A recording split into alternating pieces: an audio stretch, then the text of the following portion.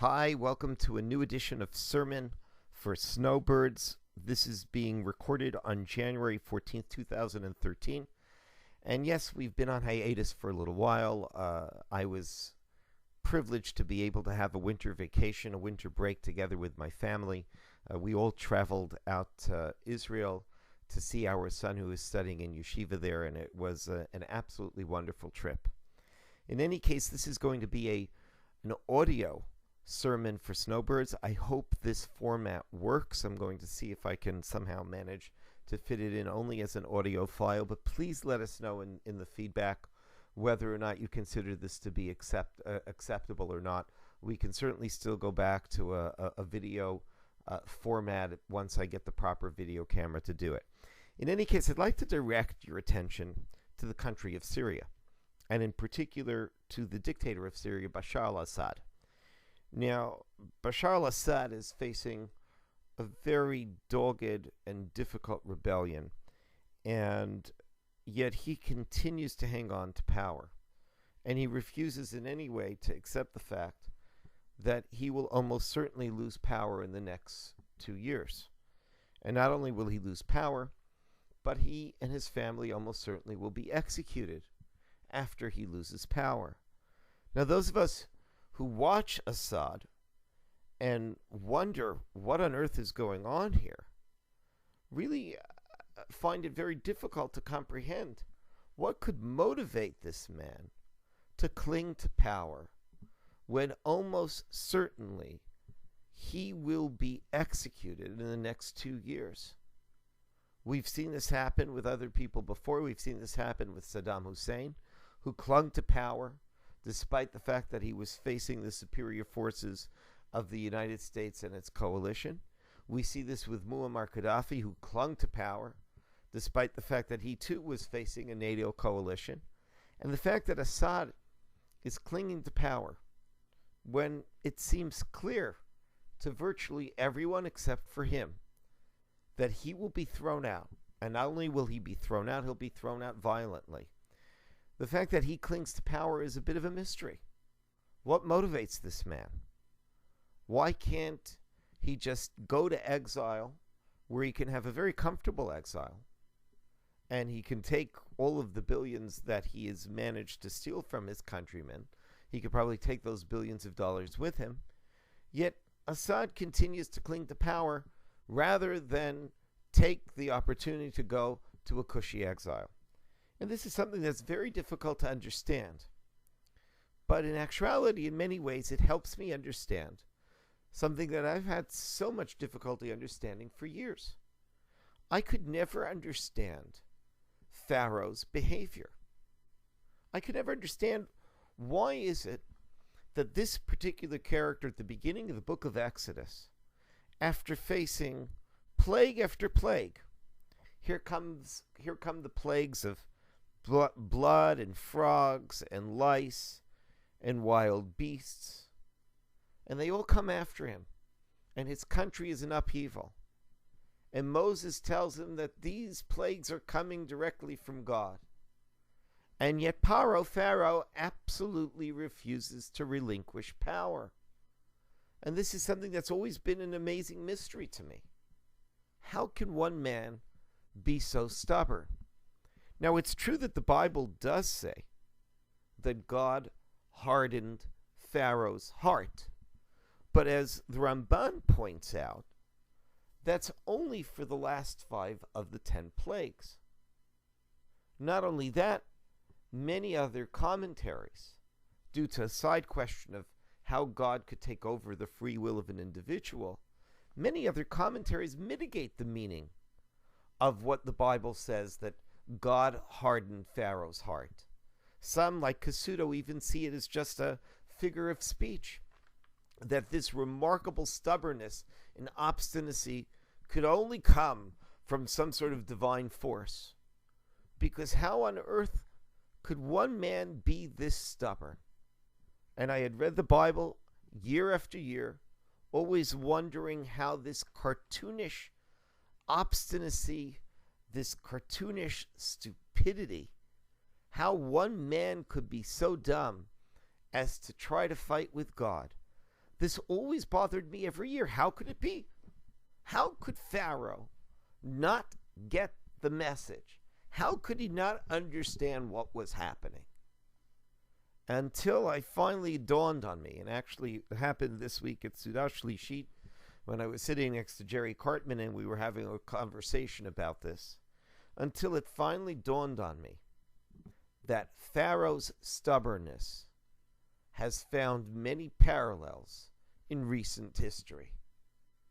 You see people like Saddam Hussein and Muammar Gaddafi and now Bashar al-Assad who know or should know that they are about to be killed, executed, destroyed, that their stubbornness is only going to cause a great deal of grief to their countrymen, and that ultimately they will lose. And yet all of these dictators continue to cling to power, absolutely certain that they can somehow prevail. And it was only then that I realized that there are many modern analogs to Pharaoh's behavior. But still it begs the question, how does a person reach the point where they think that somehow they're going to win when it is obvious and clear that the forces arrayed against them will ultimately triumph and destroy them? How is it possible that Gaddafi hung on and hung on? How is it possible that Saddam Hussein hung on and hung on? Now, in those cases, people might be able to say that they're crazy. And indeed, there's a lot of reason to believe that sometimes dictators act the way they act because there's something deeply wrong with them. They're psychopaths. And very often we look at cruel dictators and we say, they must be a psychopath. And indeed, there are examples in history where you look at the brutality, the cruelty of some of these dictators, and you say, absolutely. People like Idi Amin, who, not only did he mutilate his own wife and hacked her to death, but very often would keep heads in the freezer in his house, heads of people that he had executed. Idi Amin was known for cannibalism, that he would like to eat people who he actually put to death.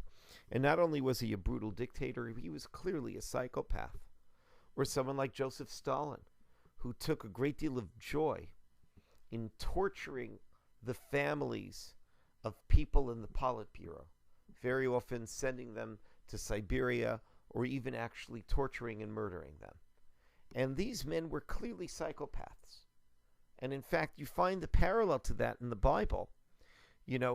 When Rashi explains why the Jews were sighing in front of Pharaoh, and Rashi explains that actually Pharaoh was murdering Jewish children and bathing in their blood. And although Rashi does say it's because he had leprosy and he thought it would somehow heal him, this image of profound sadism, this image of absolute evil, is one that you can only associate with a psychopath. But the answer that Pharaoh, or maybe some of these other characters, is a bit deranged, and therefore they can't see the truth of what's going on around them, that answer, I think, fails. And in particular, it fails with people like Assad and his wife Asma. Bashar al-Assad and Asma Assad were once upon a time yuppies. Bashar al-Assad was an ophthalmologist. His wife Asma was an investment banker. Had Assad's brother not passed away, Assad would probably now be living in London, living a yuppie life. One can't portray this man as a person who had a bloodthirsty desire for power. So what makes him so cruel and so brutal now? If just a few years ago you could meet him at a dinner party in London. And I think the answer perhaps is best found in another Rashi. Rashi says a very interesting thing.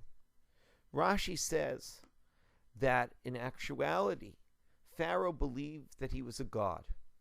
There's a passage in Rashi where Rashi says that Moses goes out to the river to find Pharaoh bathing there. And Rashi explains that the reason why Pharaoh is bathing in the river is because he had proclaimed himself to be a god, and that was the only time that he could actually go to the bathroom and relieve himself, while submerged under the water, where no one else would see what exactly he was doing. And this Rashi in many ways reflects the hubris that many leaders have. There is no question that Assad believes he can kill and murder as many people as he wants because he deserves to be in charge. There is no question that Pharaoh believed that he was a god. That's certainly true when you look back at ancient Egyptian history. It's certainly true when you hear his response when Moses says that he's coming in the name of God, and Pharaoh says, "Who is God? Why do I have to respond to a god? I'm a god."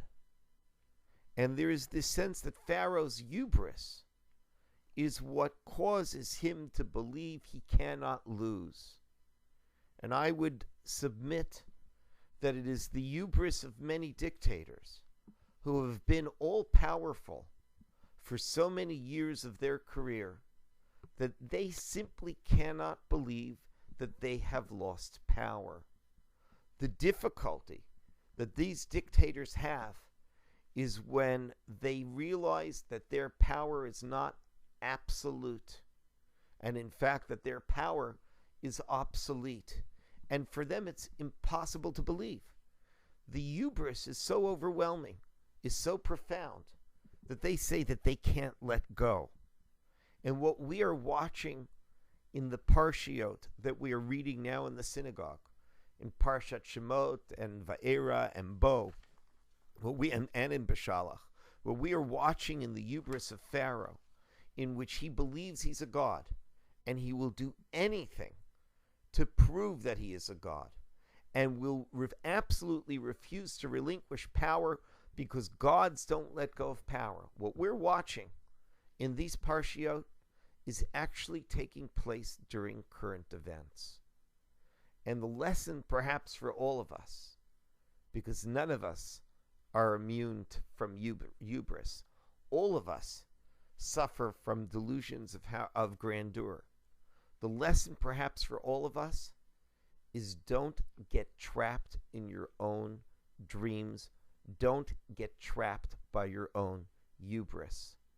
Pharaoh believes he's a god, and because of that, his nation has to suffer 10 plagues, and he ultimately has to watch his army drown in the Red Sea.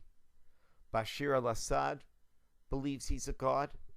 He too will ultimately suffer for these brutal and awful delusions. And unfortunately, Assad's country will have to suffer as well. The lesson of a hardened heart is that hearts harden for a reason, and usually the reason is hubris. And hubris is a dangerous thing, and ultimately